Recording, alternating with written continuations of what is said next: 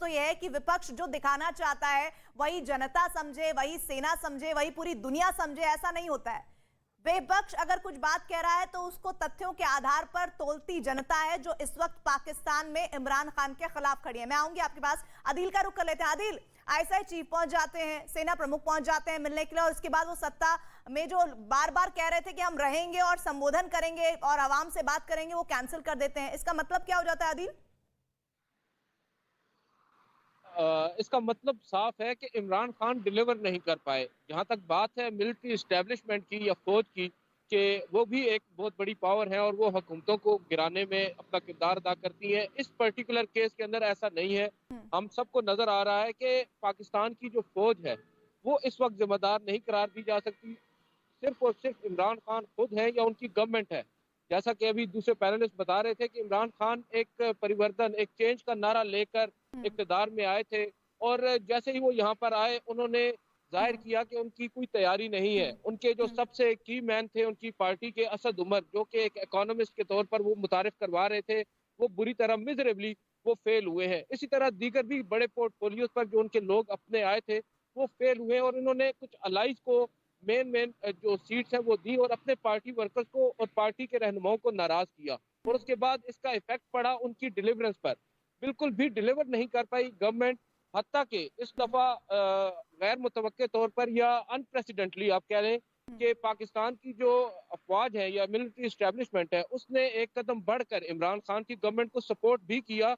और हमेशा जब भी उनसे गुफ्तगू हुई निजी महफिलों में मुख्तलिफ लोगों की, तो उन्होंने उनको यही कहा कि गवर्नमेंट को मौका देना चाहिए, 6 महीने देने चाहिए, 1 साल देना चाहिए। इससे लग रहा था कि इस्टेब्लिशमेंट भी चाहती है कि इमरान खान अपना जो वादा लेकर आए हैं उसको डिलीवर करें। लेकिन ये इसमें आप कह सकते हैं कि नाअहली अगर किसी की है तो वो सिर्फ और ठीक है। सिर्फ इमरान खान की या उस पाकिस्तान तहरीक इंसाफ की है जो चेंज का नारा लेकर आई। कि फौज को आप जिम्मेदार नहीं कह सकते। फौज इस मरतबा इस मामले से बिल्कुल भी अलग आदिल, थलग है। शुक्रिया ये मैं हमारे यहाँ साथ पर जुड़ने के वादे लिए और कर तमाम इन्फॉर्मेशन देने के लिए। और वो जो संबोधन जिसे आप कह रहे हैं कि कैंसिल नहीं किया गया, डिले किया गया है, पीटीआई के स्पोक्स पर्सन ने आपको कहा है, उसका भी इंतजार रहेगा। अगर वो संबोधन होता है तो कब होगा?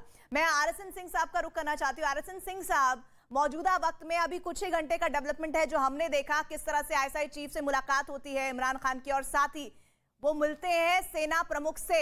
और वहीं दूसरी तरफ कुछ दिन पहले ले जाती हूं अपने व्यूअर्स को, जहां पर वो कहते हुए सुनाई पड़ते हैं इमरान खान की किस तरह से मोदी सरकार बेहतर काम कर रही है, उनकी विदेश नीति कितनी मजबूती से आगे बढ़ रही है। क्या मतलब है इन दोनों ही घटनाओं का आपस में?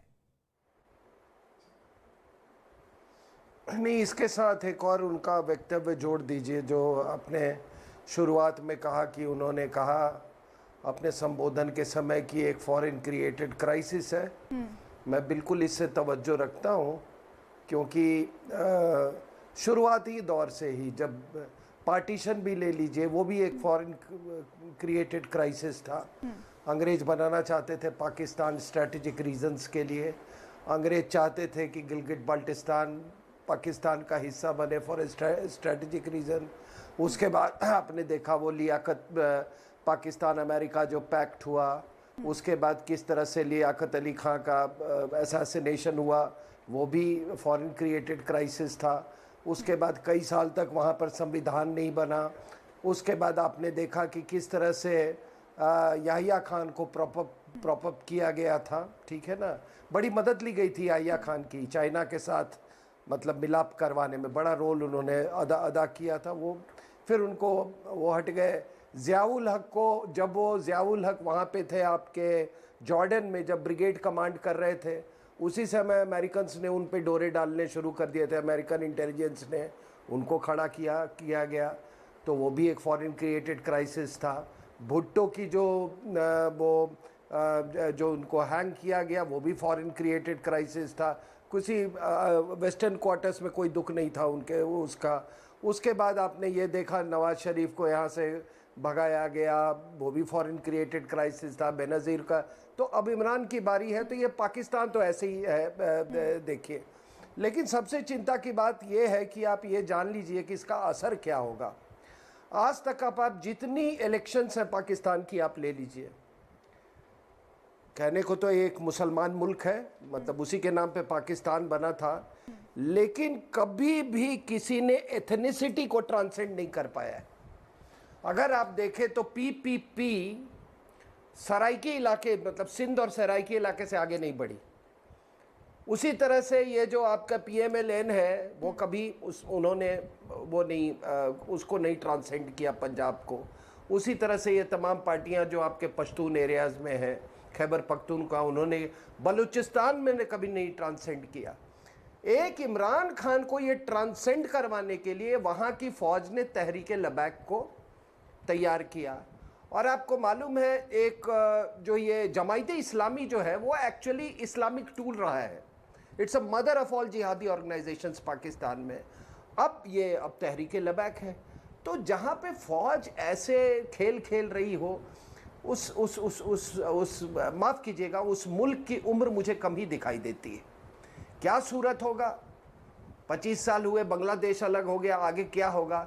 लेकिन ये बिल्कुल, और ये इमरान खान की जो आप कह रहे हैं फॉरेन क्रिएटेड के कुछ क्राइसिस कुछ नहीं था।